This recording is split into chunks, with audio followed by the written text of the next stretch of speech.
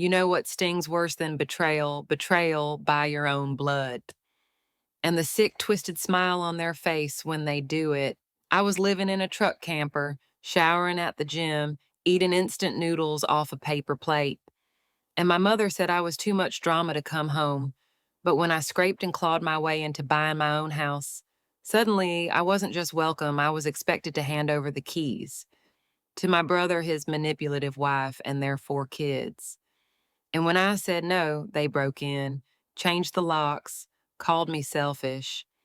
But this time I wasn't the little girl who stayed quiet in the corner. This time I hit record. They told me there wasn't space, not in their house, not in their lives, not even in their hearts. It was the spring of 2020, and I had just lost everything: my job, my apartment, my stability. All I had left was my pickup truck and a $1,000 camper shell I bought off a man who smelled like oil and beer. He told me it's cozy if you're not picky. I wasn't picky, I was desperate. I remember standing outside my parents' house holding my breath like a child again. I'd driven 4 hours just to ask, just to beg for a place to park, not to live inside, not to eat their food, just to park in the damn driveway. My brother Noah and his wife Chelsea were already living there with their 3 kids, and Chelsea was very pregnant again. They said no. Chelsea giggled behind the curtain like I was a joke. Noah opened the door, looked me up and down, and said, "Sorry, Lil, but it's not a trailer park." I slept in a Walmart parking lot that night, kept the engine running because I was too afraid to turn it off. Every shadow felt like a threat. Every footstep sent my heart racing. I hugged my knees to my chest, wrapped in a hoodie that still smelled like the last apartment I called home. That was my lowest point, or so I thought. The months that followed were humiliating in ways I didn't know existed, plugging into random outlets behind buildings to charge my batteries, pretending I was camping to avoid looks from strangers, showering at the 24-hour gym, reading by flashlight, eating cold beans from a can. Chelsea called me the RV queen in a post on Facebook. People laughed. I didn't have Wi Fi, but word still reached me. I kept telling myself it was temporary, that someday I'd come back stronger. And I did, but I never imagined what it would cost me. The first time I walked into my new house, I cried. Not just a few tears, I sank to the floor in the empty living room, buried my face in my hoodie, and sobbed until my ribs ached. It was small, a manufactured 3-bedroom home on a worn patch of land near my job, but it was mine, every inch of it. I'd worked 3 jobs, saved every cent, lived like a ghost in the backlot of a warehouse for over a year. My boss let me plug in shower at the loading dock gym and sleep just 20 feet from forklifts. And finally, I had a front door that locked, a kitchen, a place to put photos. I made the mistake of posting about it online. I didn't even tag my location, just a picture of me holding the keys captioned, "We did it." Chelsea commented with a heart emoji and "can't wait to visit." I ignored it. 3 weeks later, I came home from work to find their minivan in my driveway. I froze, my keys clutched in one hand. I could see Chelsea's blonde head bobbing through my front window already inside. My mom was there too. My dad stood in the yard inspecting the siding like he owned the place. I hadn't given them my address. I still don't know how they found it. When I stepped inside, Noah was sitting on my couch, shoes off, like he lived there. Chelsea had one of my mugs in her hand, my favorite blue one, and was eating crackers from my cabinet like this was a damn Airbnb.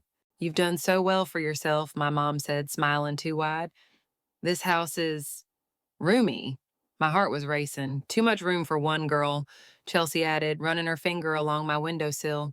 "You could really help the family out, Lily." Something about her voice chilled me, like she'd been waiting to say that line. Then they all went quiet, like they were waiting for me to react. But I couldn't speak, because deep down, I knew. This wasn't a visit, this was a takeover. It all started with Noah asking to talk privately. He said it like a suggestion, but everyone else filed out of the living room instantly like they already knew the script. My dad took the kids to the porch. Chelsea blew me a kiss as she passed. That same mocking smirk from when I lived in my camper. Noah stood in the center of my living room, arms crossed like he was already settling in. "Look," he began, "you have a good setup here. It's just, you're one person. You don't need this much space." I said nothing. He took that as permission. Chelsea's pregnant again. 4 kids in one bedroom at mom and dad's. It's not fair. And your place is way closer to my job. I blinked. You've still got the camper, right? You can stay in that, in the backyard, like old times. Old times, when I begged to park in their driveway and they laughed in my face. Noah, I finally said, my voice low. You're not serious. He shrugged. Come on, you know it makes sense. Family comes first. And I'm not family. You don't have kids. You don't even have a boyfriend, Lily. You're not using this place the way we could. I nearly laughed, not out of humor, out of shock. Then he said the one thing that snapped something in me. Chelsea thinks it's time you gave back. Gave back. I pulled out my phone, hit record. You really think I'm going to hand over the house I bled for? I said. He rolled his eyes. Don't be dramatic. Then he reached out his hand, like this was a business deal, like I was supposed to shake and thank him for the offer. I stood up, louder than I expected. I said, no, he flinched. I'm not moving into a camper again so you and Chelsea can play pretend homeowners. I don't care how many kids you have or how close this is to your job. This house is mine. He stared at me. Then his jaw tensed. You don't deserve it, he spat. You're selfish. That's when I smiled, not because I was happy, but because I'd heard that line before, from my parents, from Chelsea, every time I said no to being used. But this time I wasn't backing down. I should have known it wouldn't end there. A week passed, silence, no calls, no texts. I started to think maybe they realized how insane their demand had been. Then I came home from work on a Friday evening to find a U-Haul in my driveway. Chelsea waved at me from the porch. Surprised, she sang. One of the kids was drawing with chalk on my front steps. My doormat had been moved. When I went to unlock the door, my key didn't fit. I stood there, breath caught in my throat, while Noah sauntered out with a smug look on his face. Took you long enough, he said. What did you do? We changed the lock, he said, holding up a set of shiny new keys. Look, you weren't thinking straight the other day. You've had time now. This is best for everyone. You broke into my house, I whispered. Chelsea popped her head out of the door with a folder in her hand. We didn't break in. We have a lease. She handed it to me. A rental agreement, completely fake, with my name forged at the bottom. Badly. You seriously think this is legal? I asked. We did what we had to. Noah said. And you'll come around. Mom already said this is happening. I backed off, dialed 911. That's when Chelsea lost it. She came stomping down the porch, screaming about how I was ruining their family's future. Her voice cracked, her eyes wide and unblinking. You heartless witch. I'm pregnant. My kids need bedrooms. You can't do this to us. Oh, I can, I said calmly, holding up my phone, because everything you just said is being recorded. She tried to lunge at me. Noah held her back while she kicked and flailed and screamed like a banshee. Neighbors were watching from across the street. I didn't care. I wanted them to see. The police arrived minutes later. By the time I showed them my ID, the broken lock on the porch, the forged lease, and the video recording from earlier, they knew exactly what was going on. Chelsea went pale. Noah stammered excuses. My parents arrived halfway through trying to play peacekeepers. But the damage was done, and for once I wasn't the one being escorted out. After that night, I posted everything, names redacted, of course, on social media. Just the facts, the break-in, the fake lease, the video. I didn't ask for sympathy. I just didn't want their version to be the only one. It exploded. Family started calling. Some were furious at me. Others, bless them, were quietly supportive. A few even shared their own stories about my parents' favoritism, about how Chelsea always twisted things her way. But nothing prepared me for Christmas Eve. I'd invited a small group of relatives over, the ones who believed me. We were drinking hot cider, laughing in my living room, the fireplace humming softly, and then the front door opened. No knock, just the door swinging wide. My mother, father, Noah, Chelsea, and all four of their kids stepped inside like they owned the place. Chelsea was even carrying a gift bag. What the hell are you doing here? I asked, standing up so fast my chair tipped. Chelsea's voice was syrupy sweet. We just wanted to make peace. My Uncle Mom's own brother stood up furious. You people shouldn't be here. After what you pulled, you should be ashamed. My mother tried the tears. It's Christmas, Lily. We wanted to start over. You started over the moment you tried to steal my house, I said coldly. You don't get to walk in and pretend nothing happened. But it wasn't me who delivered the final blow. It was my grandmother. She shuffled over, leaned on her cane, and looked my mother straight in the eyes. We protected you for too long, she said. You spoiled Noah and let Lily drown. We all saw it. We just stayed quiet. Not anymore. My mother's lip quivered. And you, Grandma turned to Chelsea, you are not welcome in this home. Not after what you did. Chelsea burst into loud theatrical sobs. I just wanted a home for my kids. How is that so wrong? I walked over, opened the front door wide, and looked her straight in the eyes. Wanting a home isn't wrong. Thinking you're entitled to mine is. She didn't move, but her oldest, only 7, started crying. Mom said you were mean, he whimpered, that you hate us. That broke something in me. I turned away, wiping my face. I didn't hate them. I hated what they were being taught. Chelsea finally scooped up her purse, tossed the gift bag on the floor, and stormed out, dragging Noah and the kids behind her. The silence they left behind was deafening. The fallout didn't just echo, it cracked their world open. Days after Christmas, I started getting calls, first from extended relatives, then surprisingly from Noah himself. He didn't yell, he didn't demand, he just asked if we could talk. I agreed. Hesitantly, he showed up alone. No Chelsea. His face was drawn, the bags under his eyes darker than I remembered. She cheated on me, he said before I could even ask. The baby, the last one, not mine. The words knocked the wind out of me. She said it was a mistake, he went on, that I wasn't man enough anymore, that I'd let her live in poverty like it wasn't her choice to never work a day after college. He broke down crying, right there on my porch. The same man who mocked me while I lived in a camper was now collapsed on my steps, sobbing into his palms. And despite everything, I didn't slam the door. I gave him a blanket, a glass of water, let him sit in the old armchair I used to curl up in during those freezing camper nights. He talked for hours about how the DNA test changed everything, about how Chelsea went ballistic when he confronted her, how she scratched him, screamed, even hit their oldest when he tried to get in between.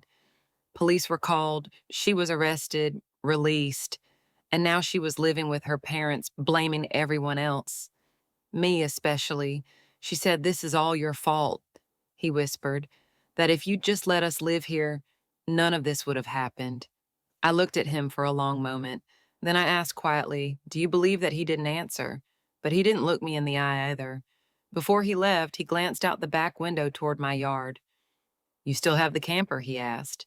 Yeah, I said slowly. He didn't ask that night, but I saw the thought in his eyes. That tiny, dented, weather-worn camper, once a symbol of my lowest point, had become a beacon to him. A shelter, maybe even redemption. But I wasn't ready yet. He'd helped them try to steal everything from me. He stood by when they mocked me. And though he was broken now, I couldn't forget. Forgiveness would have to wait. A month later, he asked. He came over with nothing rehearsed. No fake politeness, no manipulation, just a quiet, exhausted voice. Lily, I know I don't deserve this, but can I borrow the camper? I stared at him, not because I was surprised I'd been expecting this, but because I wasn't sure what part of me was going to answer the sister who once adored him, or the woman they tried to crush. He rubbed the back of his neck. I want to give the bedroom to Oliver. He's been sleeping on the couch to avoid his sisters. Just wants his own space. There was no Chelsea now. Just him and 3 kids under one roof and a fourth he no longer called his own. I'll pay for any damages. I'll maintain it. I'll even sign something if you want. I could have said no, and a part of me wanted to, out of spite, out of history. But then I pictured Oliver's little face, how he cried on Christmas Eve. Not because he was cruel, but because he was confused. I'll drop it off tomorrow, I said quietly. His eyes widened. You will. I'm doing this for them, I added quickly. Not for you, not for Mom, not for Chelsea. He nodded. Understood. That night I cleaned the camper like it was sacred. Vacuumed, wiped every surface, stocked it with a spare blanket and a box of granola bars. Took time-stamped pictures of everything just in case. And when I pulled it into my parents' backyard, something unexpected happened. My dad had already wired a 30-amp breaker for power. My mom met me at the gate with a toolbox and tears in her eyes. We'll take care of it, she promised. This time, we'll take care of him. I didn't hug her, I didn't cry. I just handed her the spare key and walked back to my truck. My family still wasn't whole. The damage wasn't undone. But something had shifted. Maybe it was the way Oliver ran to me when he saw the camper shouting, "Is this for me?" Maybe it was the first time someone in that house had looked at me like a person and not a resource. I don't know. But as I drove away, I realized something. They hadn't broken me. I was still standing. And this time, I wasn't alone. Looking back, it's strange how close I came to giving up. Not just my house, my voice, my self worth. For so long, they made me feel like I didn't matter, like I was just space to be occupied, a body to be ignored, a daughter to be tolerated. But when they tried to take the one thing I built with my own hands, they lit something in me that refused to die. I fought back. I made noise. I stood my ground. And though the scars still ache sometimes when I drive past the Walmart where I once cried myself to sleep, or when I see a family laughing in a driveway that isn't mine, I've made peace with who I am. Not the black sheep, not the villain, not the spare. I'm Lily. I survived. And I'm not ashamed of where I came from, because without the cold nights, the cruel words, and the bitter betrayal, I wouldn't be standing in the sunlight now. So, to anyone out there feeling like you're invisible, like you're not enough for the people who should love you most, please remember this. You don't owe them your silence. You don't owe them your peace, and you damn sure don't owe them your home. Thank you for staying with me through this story. If it made you feel seen or understood, or even just a little less alone, that means everything to me. I hope you'll stick around. There are more stories to tell, more truths to speak. Until then, take care of your space, your peace, your heart, and never let anyone guilt you out of what you've earned. If this resonated with you, consider subscribing or exploring more of what we share here. You're not alone, not anymore.